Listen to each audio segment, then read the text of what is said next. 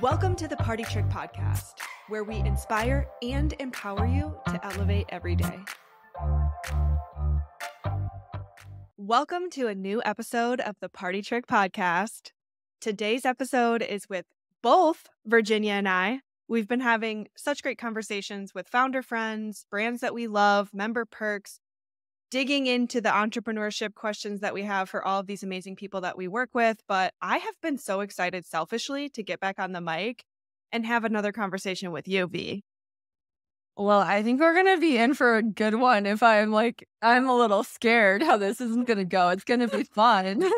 Well, you have so much stories, experiences, and we've been working on building what we've been building, and it's so exciting. But I'm excited to just kind of kick back because I'm going to ask Virginia this week more about her time as a luxury event planner in Aspen, because I know there are crazy stories and we deserve to hear them. So a bit later, we'll check in on how we've been doing with our raise, with building the company, what we've been up to and how it's been going. But let's do this. I want to know, I know you have a list in your mind. You've mentioned some things to me in the past, but let's start with, and at the top, what is the funniest, craziest story that sticks out in your mind that we can start with?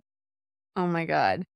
So I get asked this question a lot and I shy away from it. And in the last few years, I have answered, I've honestly become so desensitized.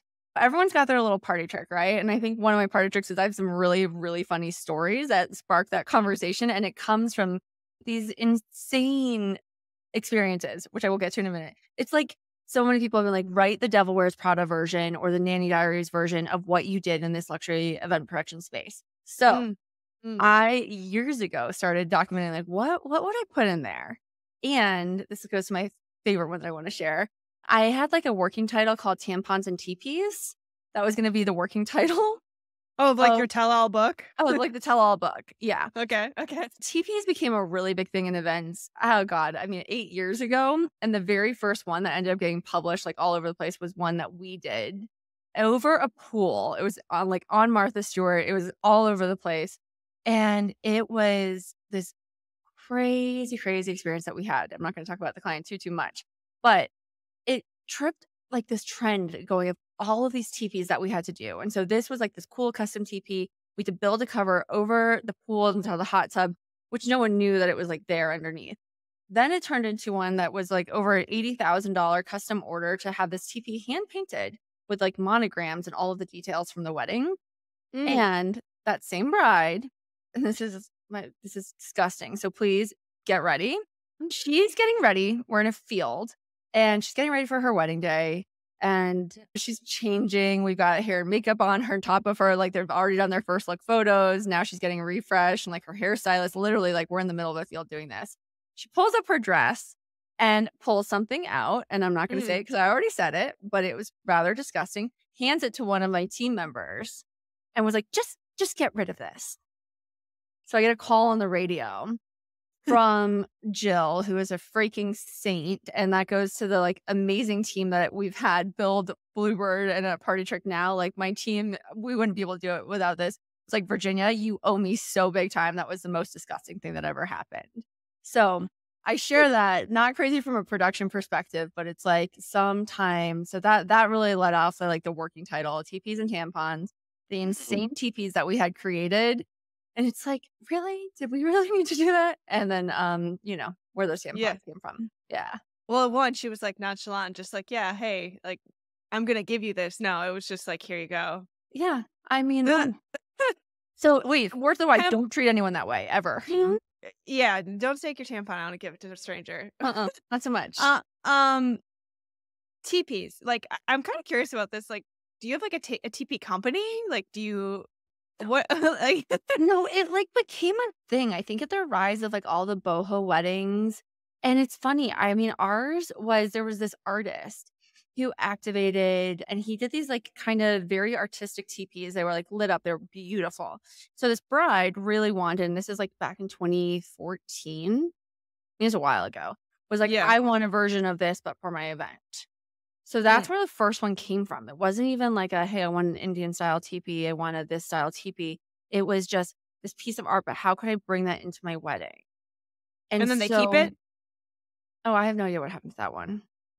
Actually, Well, I I mean, mean, like, we got rid of it. I think we had someone build it and then take it away. I mean, I right. have one now. I have, like, 3 in storage. Good to know. Yeah, Virginia's our so teepee girl. yeah, I mean, I actually had one in my backyard until recently. Sometimes you see them on our videos because my daughter Mhm. really wanted one for her birthday last year. My dog loves it.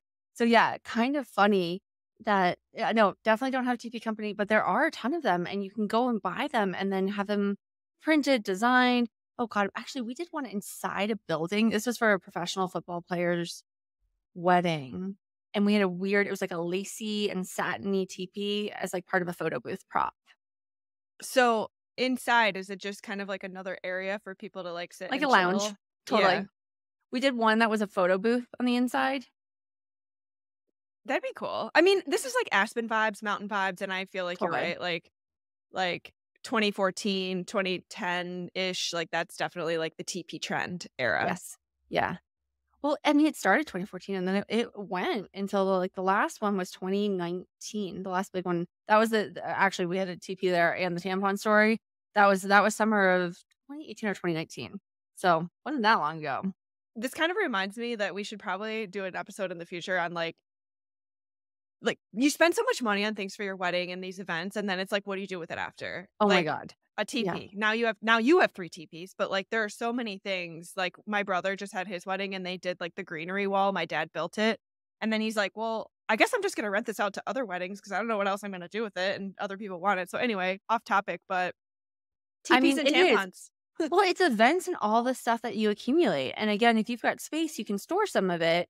But if you don't, and this goes down to your everyday hosting and how much, I mean, great, go buy those custom one-off things, but, like, think about ways to get creative with your decor versus, like, having a massive storage unit full of decor. You can have a great celebration without having a teepee or Yeah, without having, like, a full storage unit. It's not the decor totally. that changes it. So, anyhow, Yeah. yeah, that was one of my Anyway, wild ones. So, wait, so you told me before about the text, the group chain with the oh, groomsmen. What yeah. was that? Okay, so we always used to communication with your guests is critical, right? So Mhm. when we were planning, I would put together these group texts with the bridesmaids so we could remind them what to do. Even though we emailed them what they were supposed to do, we didn't trust that. So we then would put together a text group. And I had this group of groomsmen that we put together a text group. They kind of like forgot that we were on the text group, and it was actually just me on this one in particular. And the what I got to see and hear over the course of the weekend was next level in terms of who was hooking up with who, where they were, what drugs or drugs were not happening, what they thought about some of the girls on my team and who they wanted to on Yeah. my team. That was really fun. 'Cause then you're, like, standing there on the wedding day, and you're like, see this groomsman, you know exactly what he said at 2 AM the night before, and, like, one of the members of my staff is, like, standing there, and I'm like, "Oh god, she should know what he said." I mean, nothing was that bad or that offensive, it's just one of those things that's, like, remember that when you're in that scenario, you're not in Vegas. Like, it Mm. continues, it goes with you. So, Well, that was particularly fun. you're spilling all the secrets now. That's the price I pay. Like, oh my god. And did you ever say anything? No. Were you just like, Um "Hey, guys," like Like, there was one text group that I was on, and it was getting a little bit rowdy, and I was like, "Hi, guys. Do you wanna take that to your private group?" And they didn't that was, like, one time because I was like it was just a little bit more than I really needed to see, but it happened numerous times. At the time I'm thinking of specifically, just imagine a lot of boys in wedding mode. You can Yeah. start to see some of the things they might be saying that I would start blushing if I said it out loud right now. Well, yeah, the other thing I was thinking about too, especially speaking of Aspen and, like, being in the mountains, is people kind of romanticize these, like, outdoor mountainous weddings and want to be outside, but then they don't realize that you're outside, like, bugs and all that kind of stuff. Didn't what did someone Yeah, ask you about the bugs? I had a really funny one where someone came to me. I mean, I've dealt with bugs so much, like, my whole career because the majority of those weddings were out in fields. Yeah, So we'd be in yeah. a field, and there would be, like, spiders all over the place or, like, mosquitoes or black flies, what have you, and I vividly remember the first time, which is why then it became, like, very normal after. I had someone contact us and said, "Could I please have you get rid of every single bug on top of Aspen Mountain? I don't wanna see a single bug." I'm like, "Not really. I will do my best, but that is not something that's easy, to accomplish, nor is that very, like, come on, we're in nature. You do not wanna go and put that sort of, like, chemicals out there." And Bugs are just part of events. They're always gonna be there. And even at, like, a backyard barbecue, you're gonna have an ant crawling around. Sorry, you might have, like, a yellow jacket.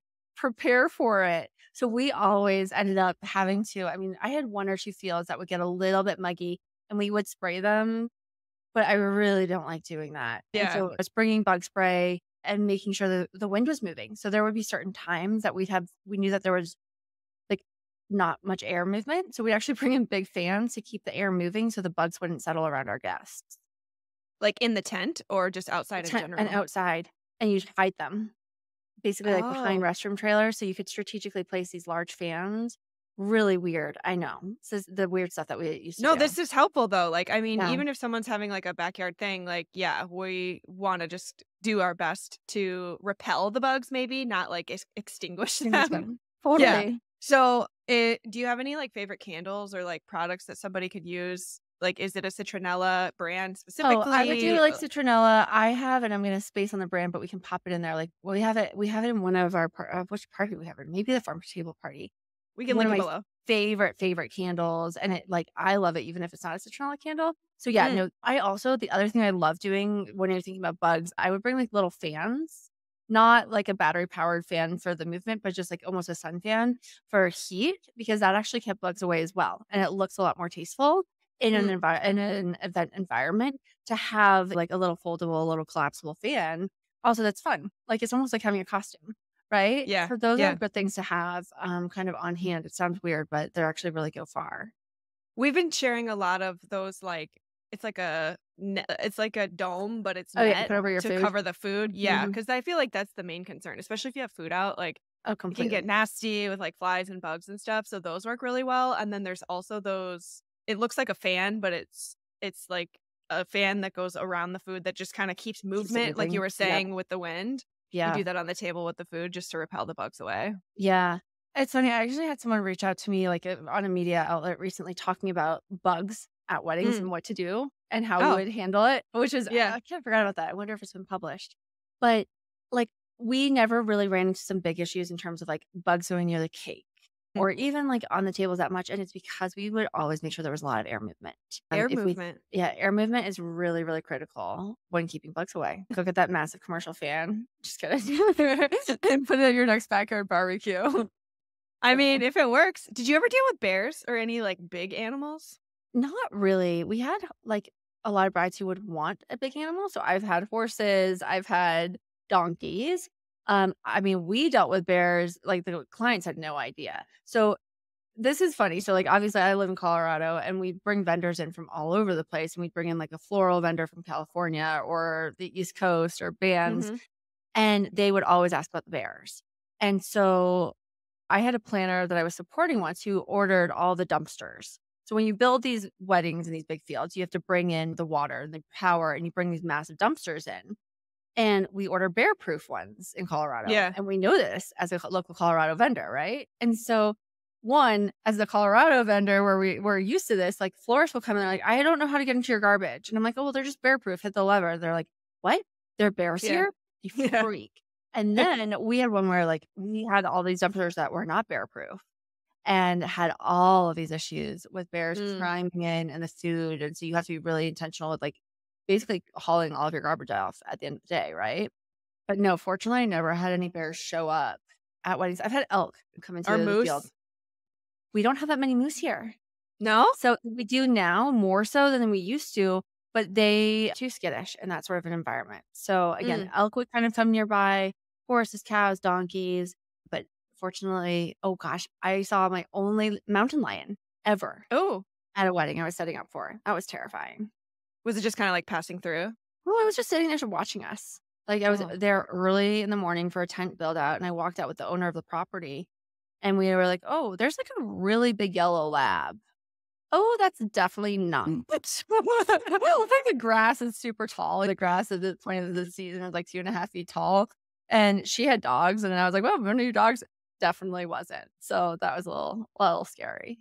Yeah, people forget that you're outside Yes. in nature for these. Yeah. So, that was a fun one. Okay, what about the venue canceling? Has Oh that god. happened more than once or just that one time?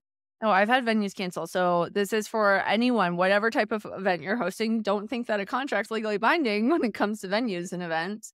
I had Mm. a wedding that had a restaurant in Aspen. It's like a restaurant club. It's not Caribou Club. So if anyone hears that, it's not them. They're great. But they ended up canceling on our bride 2 weeks before because they got a better offer. Yeah. Uh-huh. And it Someone wasn't was just just like like, "I'll pay more, cancel whoever you have." 100%. And they're like, I'll pay whatever legal fees if they try to sue you, blah, blah, blah. I don't care. So they canceled on us. And this bride was very, very, very particular, had a very set vision. We had to pull together, find a venue, pull off this whole thing, communicate with all the guests within 2 weeks. And it was actually one of the prettiest weddings I ever did. Like going back to the elk, that was the first one that elk walked through. I mean, it was a stunning. I went and knocked on doors and I was like, can I rent your backyard? Can I rent your backyard? I love doing that. I think it's hilarious. And people oftentimes are like, no, but then the one who says, yeah, you end up with the most spectacular, unique experience. So again, always ask, make the leap and jump. But yeah, that was a horrifying experience. And that wedding was so stressful for them. That was one where we had, I almost wonder if I told you about this. I mean, big rehearsal dinner, big wedding. They had not finalized their prenup. And so the day of the rehearsal dinner, it was like, are we even moving forward? Because if she hadn't signed it, they weren't going to move forward. So like down to 2 hours before we moved this whole thing, pulled a tent out of thin air, pulled flooring, restroom trailers, water out of thin air.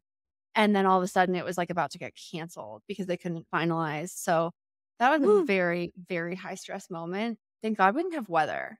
Like in terms of rain, that probably was the only thing that could have made that a more stressful experience. So you ended up having it in someone's like, in a Oh, mansion yeah. or like a big We house found a and ranch that, yeah. we basically he allowed us, he had, I don't know, 100 plus acres, so we went and did on the guy's land, and we ended up building an entire venue from scratch in 2 weeks, which, by the way, for those of you like, if you see that pretty picture on Instagram or pictures, what have you, of that tent in the middle of the field, it takes, like, 7 days to make that happen, to build Mm. it out, and then it takes 2 to 3 days to make it go away. So it's not a, like, plop the tent up on Friday, it's, like, 2 to 3 days to build the floor, a few days for lighting and running power and all of that. So we basically had a week to pull this whole thing off before we had to start our build. It was, find a Dang. venue and build it. It was a very, very and I was pregnant. I was pregnant with Zach. So that was a hard one. Yeah. It sounds like you doing the Yeah. most at all times. Thrive under Um, chaos, right? okay, Maybe? so speaking of brides not making it down the aisle, so this one did, but have you ever had anybody like get there and then not go down the I've aisle? had 2. The first is actually a little sad, but this poor bride and who I actually ran into in New York City somewhat recently, and I hadn't seen her in, Oh, like, 10 years. I, like, came up out of the subway, and she's, like, standing there. She's like, "Virginia!" She is this itty bitty, beautiful bride, and she didn't wanna see the groom before the wedding.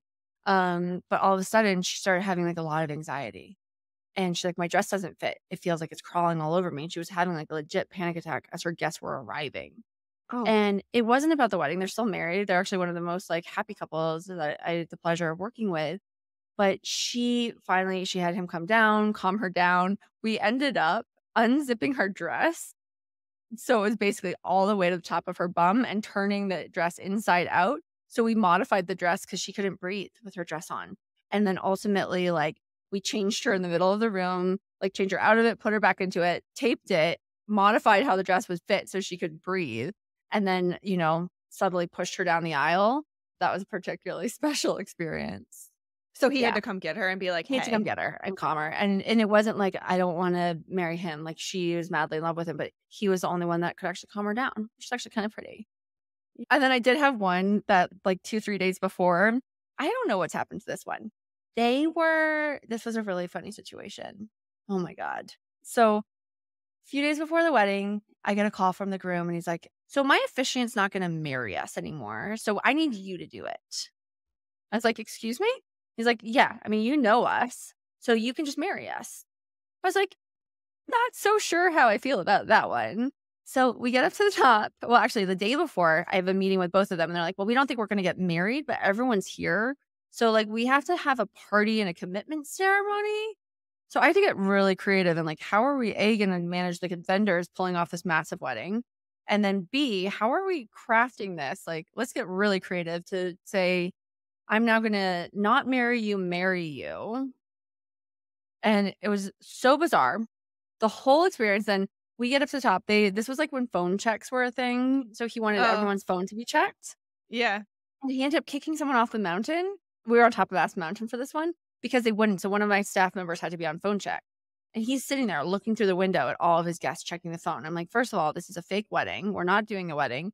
And you want them, well, maybe that's why you want them not to have their phones. So he like storms out. Suppose he's like collecting the phones. And he made someone leave the whole top. So we go, and it's about time. And I ended up having to walk him, and actually one of my staff members walked the other one down the aisle, and I had this like commitment ceremony about how they were going to, how deeply committed that they were Well, for I'm the fake wedding. confused because in Colorado, like, anyone can marry you. That's, Totally, like, 100%. which is a reason that a lot of people come to Colorado to do elopements because they go up on the You can mountaintop marry and have their, yourself.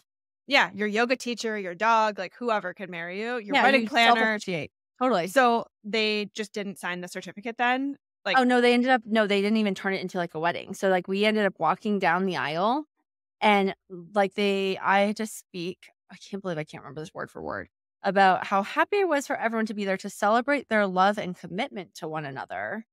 And they did, like, a reading about love, and then they said, "We are committed to one another." But they did not do I do's, they did not sign a marriage license, and no wedding occurred, even though it was a very interesting. wedding-like experience with wedding invitations and all the other shenanigans. Do you know if they're still together today? I don't really know if I wanna look at that one. Oh, it's a weird situation. Apparently, this had happened one other time before with them, with the first wedding they planned. So, Oh. that's a little sad. Yeah. So, do a lot of people that you married in Aspen now, I'm just curious, like, is it people from other places that Oh, come to yeah. Colorado most of the Yep. time? Yep. Yeah. So, what's been interesting with that, like, and even, like, bringing it to Partytrick, we are dealing with people who maybe they know Aspen, maybe they don't. But Mm. how can you either enable them and or empower them to, like, be super familiar and comfortable in one of the largest moments of your life when you actually don't really know anything? And Yeah. so it's providing the tools that create that confidence. Um, and in that case, obviously, we're planning and hand holding and finding the right people for them. And we've done the same way, just in a different now. So it's like Yeah. if you can make someone who's been to Aspen once before, who's about to have one of the most like the largest, one of the largest like financial experiences of their life as well, and very emotional experience, if that can be a great experience, having a barbecue is easy. Totally. You should be. Totally. Yeah. Totally. What about the tent? You told me about the tent that showed up the wrong color. Oh, So, yeah. that's the other thing. Like, you're up on the mountain, you're planning these amazing events, and, like, shit goes wrong. Like, it's just inevitable. So, I'm curious how you, like, sell it to the client or, like, convince them, "Hey, this is basically all we have, so it's really exciting and we love it," even though the tent is half clear, half solid color. So here's the thing, this was actually my first year planning. Oh, Planning with Bluebird, for instance. So, like, I'd launched and loved the client, loved the couple, and it was one of my first big build outs. So when I say build out, it's like you're literally building a venue in the middle. This was in a riding arena. And the tent arrived, and most tents, white walls, you do clear ceiling, clear walls, white walls, clear ceiling. And somehow it was a crazy busy weekend. Everything was wrong. And so they sent us the wrong tent, basically cover. So they sent clear walls, but the roof, half of it was clear and half of it was white. I'm like 24. This is really fun. And so I had to go to a bride basically 2 days before her wedding and explain that like the roof and the ceiling that we were supposed to have was like way off. And so here's the one thing. People never know what was planned. mm, They know how they experienced it. And so if you roll with the punches, you're gonna have a great experience. And I like think about this at home as well. Like no one knows that you were supposed to have chocolate chip cookies unless the chocolate chip cookies come out. So if they burn, if you like didn't have eggs and you can't make the recipe, so what? Have ice cream. And the same thing in this case. No one knew that the ceiling of this tent, besides the bride, was supposed to be entirely clear. So we just went and we were like, okay, cool. So here's the deal. It's gonna be really warm. So we ended up pivoting our direction with the tent. mhm, We put the white over top where your guests are going to be sitting, and then we put the clear over top of the dance floor, so you're dancing under the stars once it's like later. And we mhm. just had to sell it a little differently. From the outside, it looked really weird, but like it served a functional purpose, and no one knew it was supposed to be anything else. So we just like explained, here's how we're doing it now. And I think that's so applicable in so many areas of life. Like you have these best, well laid intentions and something goes wrong, right? And so, how do you make lemonade out of the lemons? How do you even make it Mm. even better? Honestly, we were so lucky that it turned up all wrong because our guests were actually much more comfortable under that solid roof from the heat. I don't know if anyone's ever been in a tent with a clear roof in the middle of summer, but it's like a Ugh. greenhouse. It's like not good stuff. And so we were able to keep our guests more comfortable. They got the dancing under the stars and made some fun lemonade out of a situation that otherwise, like, I mean, I didn't sleep because I was so freaked out. It was great. Has there been another time that you made lemonade, but you were like, "Holy shit, these are bad lemons. I don't know how Oh I'm gonna do god. this." Can't tell you how many times. One of the girls on my team, and actually, like, I share this with the good takeaway. She was like, "Virginia, how do you come up with how you pivot it?" I'm like, "You just have to, and if you have confidence in what you're selling and you can find a spin, then you're gonna be okay always." And so, like, I had a situation where okay, and this is really scary, probably bride's worst nightmare. We're in a field, shocker, however story starts out here, and she had an insanely big diamond ring, and the prongs were Mm. loose, and her stone fell out. Like, multiple, like, 4 plus carat diamond. Fell out in the middle of a field, and right before walking down the aisle. Oh, Yeah. That's a little bit scary and anxiety inducing for anyone. I mean, obviously, insurance is great, but, like, how do we go find that ring, get that ring wearable so she can wear it down the aisle and then transition it from hand to hand? So, like, how do you make a bad situation like that into a great one? Well, you're calm. You set a tone of confidence. You go and say, okay, great. So here's what we're going to do. Why don't you go back and focus on this? I'm going to go ahead and put 2 members of my team just to go and calm. Like you could just change the tone. And it's how, if you embody that, then the client will assume the same thing. Same thing with like if mm. you're hosting at home, you know, if you're chill, it doesn't matter what's on fire, Yeah, right? Like, it yeah. comes out in the end. So long story short, with that one, someone found the diamond. And then we were like, "Okay, how do we" like, we found it, it was good, actually. It was one of my Bluebird boys on that wedding, thank God. But then she's like, "Well, I wanna wear it now." And I'm like, "I think that's a really bad idea for you to put Yeah. this ring on when you know the setting is loose." She's like, "Well, can you take my ring down to a jeweler?" I'm like, "You're walking down the aisle in 20 minutes, and we're, like, an hour outside of town, lady." Yeah. We ended up putting, like, goo gunk, like the goo not goo gunk, but, like, goo zoo, like, blue dots, essentially, in the setting and shove the ring in it. We're like and then we obviously, as soon as she walked down the aisle and put her wedding band on, we took it, and I had someone take it immediately to town and go get it fixed, and she's still rocking that ring, but always get your rings checked. So that was a little anxiety inducing as well. Oh my god. The other thing that I was just thinking about is, like, who's in charge? Because you are here to serve the bride, the couple, bridegroom, groom, whatever that looks like, but sometimes their parents are paying, so they think that they're in charge.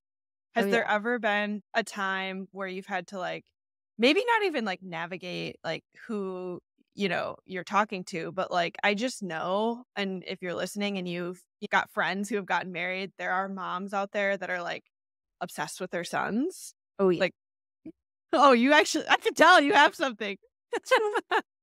Yeah, moms love their sons sometimes, sometimes not, but, Yeah. more often than not, the eldest son, that's a Ugh. scary dynamic sometimes, and especially, like oh my god.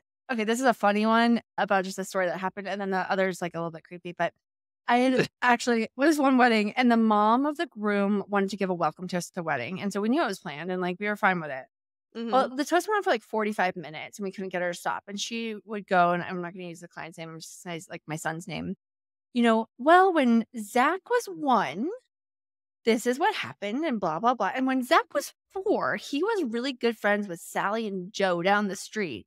On and on, right? And, like, 20, 30 minutes into it, someone collapses and, like, faints in the middle of the room. Oh my god. And everyone, like, looks like she's gonna stop, obviously. She Nope. kept going. She kept going. Kept going, and, like, we've got a paramedic on the side dealing with the guy who'd passed out. Anyhow, her husband takes the mic afterwards and was like, "Well, we all know what caused that to happen." But we heard, the son's entire life story, so it was like a whole like, the wedding became about this love story. But on the flip side, I had a mother of bride who was so mad that her son was getting married and didn't Mm, want to celebrate him like more than anyone else, but really wanted to make sure the bride knew that she was stealing her son. And her mm. toast was all about that and how amazing her son was and how she was now going to have to share him and give him up. And that this woman, I think she used the expression, that woman is That woman. is taking my son away from me. Like, oh, wow, that's going to be a really healthy dynamic. Have you ever had to, like, check parents, though, like, on that note because it is about the couple where the parents are, like, acting Once they crazy? start, it's really hard to stop them. So Yeah. knowing that they're going to be crazy in advance was always something. It's like, again, anticipating guest needs, anticipating guest issues. Mm. So if you know that someone's like a wild card, yeah, keep the drinks away, water the drinks down, keep them away from a mic. So reading the room, knowing who you got in audience and in attendance is a really good thing. And when you're not prepped for that, you then sometimes have to deal with the ramifications. So yeah, that was special. Yeah. Well, at least you got his life story and you knew everything that happened in his life. Oh, yeah. You We needed had that. oh, yeah, we everyone needed that. All 250 people needed to know exactly what year he, like, had his first drink and drove and all that stuff, yeah.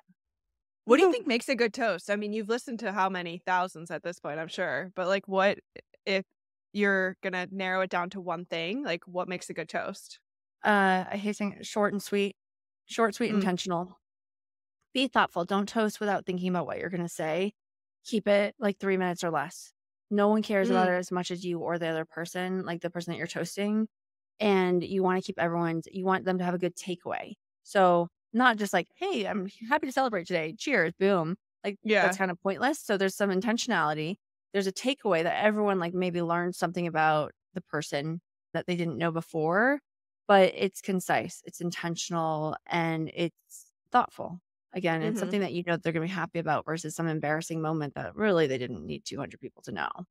mm, So, yeah. mhm.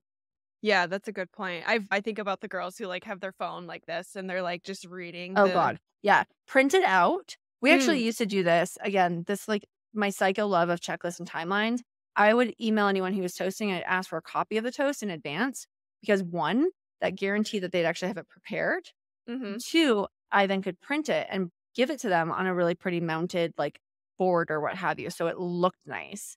Don't drink too much before, no one wants that the crying drunk bridesmaid. Oh Mm, god, mhm. not good.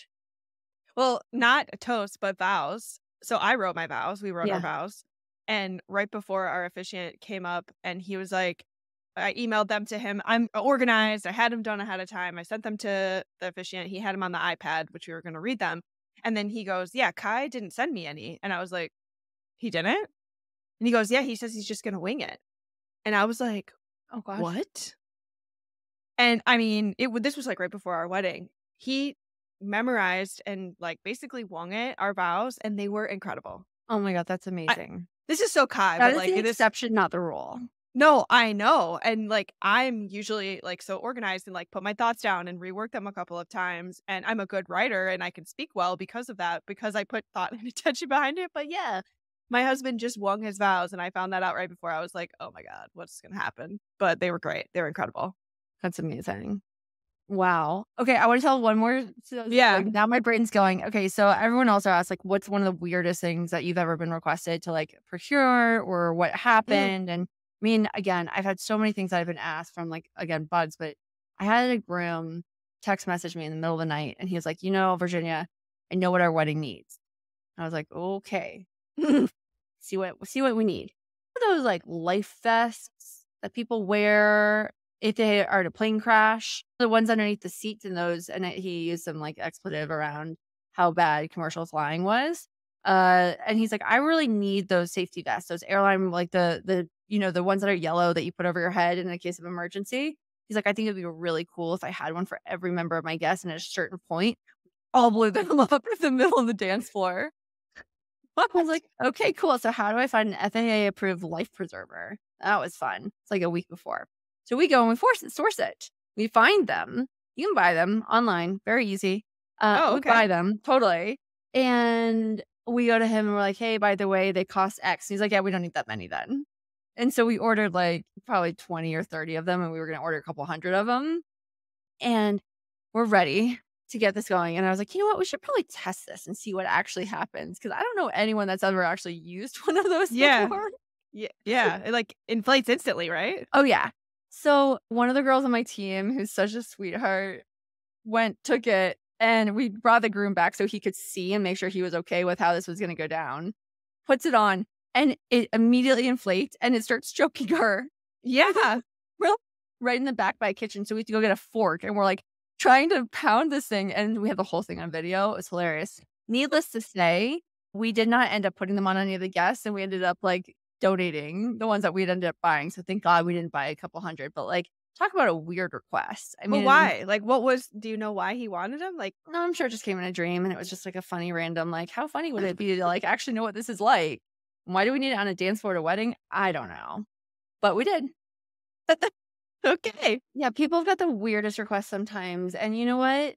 Sometimes you don't ask why, you just roll with it and see where it takes you, because the unexpected is where the memories happen, right? Like That's true. if people ask for the same old thing, it's not that exciting anymore. So yeah, go and ask for the most bizarre thing you could think of, and people will remember it forever. I mean, from my days of like running offices, I remember we had a CEO that hated red onions. So anytime like lunch was delivered, the platters, like that type of stuff, I would have to make sure that there were no red onions in that or anyone's lunch inside the fridge. Like I'd have to send out an email like, "Hey, reminder, no onion week. CEO's going to be in town." Like You I know? feel that. I feel Mhm. that. And that's what I love about Party Trick is everything that you've learned, everything that I've learned, like all these lessons, all these tricks and tips and hacks that are inside of your brain are coming out through Party Trick and being translated into everyday events. Like you said, like we're not doing weddings, we're not doing these big fancy multi-million dollars. It's a backyard barbecue because it's your friend's birthday. It's, having friends over for dinner, it's celebrating a birthday. And those tips and lessons that you've learned are still, like, so applicable. Well, they are, and they may not be as like, or at least I believe they are. They may not be as like extreme or bizarre or random, but it's when you've done something so many times, it comes second nature, exactly like you Mm, said. And so, how do we bring these little hacks? How to stay calm under pressure? How to like at a last minute get your attire to work when you're having a panic attack, right? Like, unless you've experienced it, you don't know how to actually like. You can't chat GPT that. Like, you your just favorite thing. can't. Like, no, totally. Like, you can't go in, like, how would I handle this situation? So it's amazing. It's like, how do I, and it's like that life knowledge of, okay, again, going back to the cookies, right? All right, Mm, you're set. You're going to do cookies, and they are going to be the very best cookies with like insane chocolate and yummy, delicious sea salt and whatever, right? And then they burn, or you like forget something, all the eggs crack on your drive home. Well, mhm, does anyone need to know that you actually had cookies planned? No. mm. Odds are you probably don't have a printed menu that someone hand calligraphed that says Virginia's most delicious special cookies ever. So it's how do you take that and pivot quickly? You have a Mhm. resource, you stay calm, you just transition and realize that no one remembers or knew what you had planned. So it's just fine that you went to plan B or plan C or plan D. As long as you Yeah, sell it and spin it and have that calm sense, then the situation is going to be just fine. It may even be better than planned. yeah. And if you go around telling everyone, "Oh, the cookies, they got burnt. Cookies are burned," like, that's all you're talking about all night, and they had no idea that you But even, like, had cookies. So now you're telling them, like, how you messed up. yeah, and you don't want to do that. You want to just say, like, enjoy people's company and enjoy their Mm, present. And again, for everything that could go wrong, you learned a brilliant lesson through it. And I think this is like, I don't know, the risk of sounding potentially pitchy or salesy. The more you host, the more you gather, the easier it becomes. Like anything mhm. in life, because you've built up your own knowledge. So yeah, we're going to be there and we're going to make it super easy if you haven't, if you're not confident. But you're always going to like experience that one-off thing, and like you're going to learn from it. And whether we prep you or we don't, but the more you do, the more well equipped you are to handle those things that inevitably go wrong in the future. So host often, host frequently, because then it just becomes second nature. If you don't Yeah, do it, it becomes a really big deal, and then that cookie burning could ruin your day, right? right. And it Yeah. doesn't, you know, Well, and if you're trying to be that's like perfect, this. like, it's gonna be miserable, and you and I were just talking about this a couple of weeks ago. we always talk about this, but the biggest tip that we can offer to anyone who wants to host is to remember that you set the tone. So whatever you have to do to not be stressed, like if you're worried about like your people thinking that your house isn't clean, clean it the day before and take care of all of that and then just do a quick wipe down the day of. Completely. If you're trying to like scrub your house and scrub your toilet and also cook the food and do all this stuff on the day of, like that's why Party Trick is so helpful because we break it all down. Do this 2 weeks before, do this 1 week before. Like it's easy to do if you create little small steps day by day versus trying to do it all at once. Cause we don't disagree. Like it is overwhelming to host. There's a lot of things to think about, but you don't have to be perfect. And if you learn to just, roll with the punches and whatever happens, happens, that's where the best memories are made. Right there with you. It's like, make like a duck, let the water roll off your back. It doesn't matter. My dad's saying he would do it all the time. He always used to, until you remind yourself, or I'll bring up another good dadism. I remember when I was like 23 and was working at the Little Nell and I was dealing with these insane weddings. It was like really early in my career and I like recovering perfectionist. So I wanted everything to be perfect. And I was just not happy, right? Because like when you're striving for perfection, which doesn't exist and you don't meet it, like it doesn't set you up for success. Anyhow, dad was like, think about James Bond. I'm like, excuse me? Like, okay. He goes, no. Think about James Bond. He is like running, battling the bad guys, diffusing bombs in a tux. Calm, cool, collected all the time. Maybe like a little bit like wired, but at the same point, he is calm, cool, collected no matter the situation he is in. Hence why he always prevails. Mm. Right. And so make like James Bond. Like think 007. Am I going to be okay in this situation? Can I do it like while being calm? Yeah, you actually can. And the more you do it, the more that actually like naturally is what you embody. But you get further when you're not manic.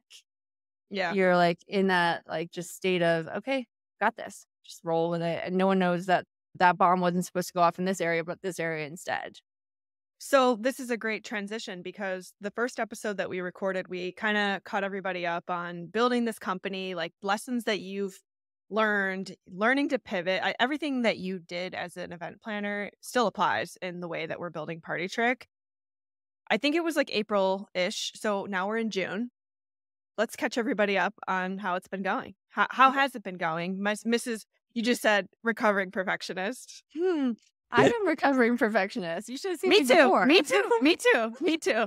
I mean, I still have exceedingly high standards and expectations, but perfection is not true. Anyhow, first off, it feels like so long ago that we had that the initial kickoff podcast recording, and it's crazy. Yeah, I mean, that's one of the things in startup land. Stuff happens really quickly, and I remember when I first started, I had a team member who was kind of advising and consulting, and she's like, "You guys can get more done in like a week than." She works for a really large company, does in 2 months to 3 months, like at Yeah. least. Because Yeah. we have the ability to pivot and take feedback, modify it ASAP. And I love moving swiftly. And so that's been such an amazing thing. So yeah, over the last 2 months, so much has happened. I mean, Cassie, you've cranked so many parties. We have a ton of additional content on the site. Our app is in flight. Like first version may be out in like as short as 2 weeks from now. So we're recording early June. So by the time this is out, like our app's going to be out. We'll have dynamic notifications of what to do, when to do. So you're not running around like a crazy lady or a crazy gentleman on the day of an event. I've been on a fundraising journey where I then pivoted even the fundraise because we had a new revenue stream opportunity pop up, which meant we could raise less money, get profitable in a shorter amount of time, and give away a little less of the company. So we could really focus just on things that matter now. So that's been really cool. What I will say is every day is a journey, right? Like, Yeah. it's a lot. It's drinking from a fire hose that is on full bore. And it's been, I mean, so much. I think about every single member of our team working their hearts off. And like, Yeah. I use that because I'm not going to say working their tails off. They happen. But like, this is a labor of love for all of us. Everyone's so emotionally invested. And that is amazing. I go back to, again, that crazy story with tampons and teepees. And I've been really blessed to have teams who are invested in what they're doing. They're at Bluebird before and now where I may be crying, you may be crying, whatever. We all like come together at the end and we get the job done. And it's crazy and it's wild. And fortunately, none of us are that scenario, getting a tampon put in our hands. But some days it may feel like it, just like in terms of like what's getting delivered across our laptops. So yeah, Yeah, the back end sometimes may feel like, oh God, like dealing you'd with almost rather the first one than deal with some of the tech like the hiccups on the back. Yeah. yeah. Yeah. I mean, I've said this to you before. It's so fun and hard. Like it's so challenging, but it's so fulfilling in a much deeper way than any other job because you're building it, because a piece of you is going into every single brick that we're laying down. And then we lay 100 bricks and then realize, oh shit, like that's not right. We got to pull them all up and lay them again. But we're here together, so let's keep going. And I Totally. agree with you. Like so much has changed since we recorded our first episode. I think we've gotten clearer on how we want to do this show. I mean, there's so many things that have happened, and I can't wait to see where we're going to be in just a couple months. I know. I'm like thinking as you said that. So guys, we have, I mean, launched a ton more parties. We've launched a B2B revenue side. We've launched, or we're getting close to launching the app. We launched a podcast. We have a more robust Spotify channel. Thank you, Cassidy, very much for that. Yeah. I mean, we've launched a whole series called Host How I Host, which is on the blog where we're kind of talking with a lot of our founder friends and people in the entertaining space because we want to showcase our community. It's all about community and the community effort here. And we get to see some really cool companies and cool products, and we want to share them. And sharing Mhm. the why is more important than sometimes just being like, hey, come check out this napkin. Like, that's meh, right? It's a napkin. Yeah. When you hear why that napkin is really badass, then you're like, oh, I need that in my life. And you then hear about what hosting and community here like means to others. So, I mean, those are just a Yeah. few of the things in less than 2 months that I've cranked out. I mean, it's nuts. It's nuts. Yeah. Check out our playlists on Spotify because we've been working really hard on those. And also know that if like you want to have people over and you're like, what about music? We've got you covered. Like we're trying to think of Totally. everything that you would face when, hosting people at your house, at the park. It doesn't have to be at your house, but we've got you covered. We're putting together so many tools and resources because we understand that it is a lot, especially if you've never done it before. Yeah, no, for sure. I mean, I am so proud. Sometimes when you're in it, and I know that you feel this way sometimes as Hmm. well, it's hard to take a step back and realize how much has been accomplished and celebrate those little wins. Yeah. And we need to more. And I'm not very good at it. And sometimes, like, Sarah's good at holding us accountable sometimes with it. You're Yeah. good with that. I'm not very good at it. But it's one of those step back and celebrate the little wins that we have had and the big wins that we have in a short time, not just jump to the next hurdle that we want to overcome. There's Right. always going to be stuff ahead. And that goes back to like even just our whole mission here. Celebrate the everyday. Make those cute ice cubes for the dinner with the kids. I mean, I've got a ton in my freezer right now. I can tell Hmm. you, someone was over here the other day and they opened up my freezer and they're like, "What are those?" And I was like, "They're juice ice cubes in the shape of like pineapple. You don't have that in your freezer either." She was like, "Not so much, Virginia." Like, but it makes my kids laugh and smile. And it's the little things that we remember and punctuate it things in a really good way. So, Yeah. Yeah. And I think this podcast is going to be a great opportunity because, I mean, you and I I don't think we've sat down for an hour in the last 2 months because we've just been no, it's like working on 30 minutes. building. Boom, boom, boom, boom, Yeah. boom, boom, go. All right, you do Yeah. this. I do this. All right, Yeah. boom. Like, not actually just talked. So it's Yeah. amazing. So we're stopping, we're acknowledging, holy shit, we've come so far. I did want to talk about some of my favorite party tricks. Like you said, we've been putting out so much amazing stuff to help our hosts, and we're going into summer. So I have a few and I want to hear what you're loving.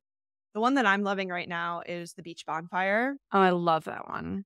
I think Well, that you just moved to California, so I get mean, your cute butt out on the beach and have beach bonfire. yes, I know. I'm dying to. Even if you don't live by the water though, like I just moved from the mountains, I would Yeah. totally do this. Campfire vibes. Yeah, campfire Yeah. vibes, lake, camping, whatever.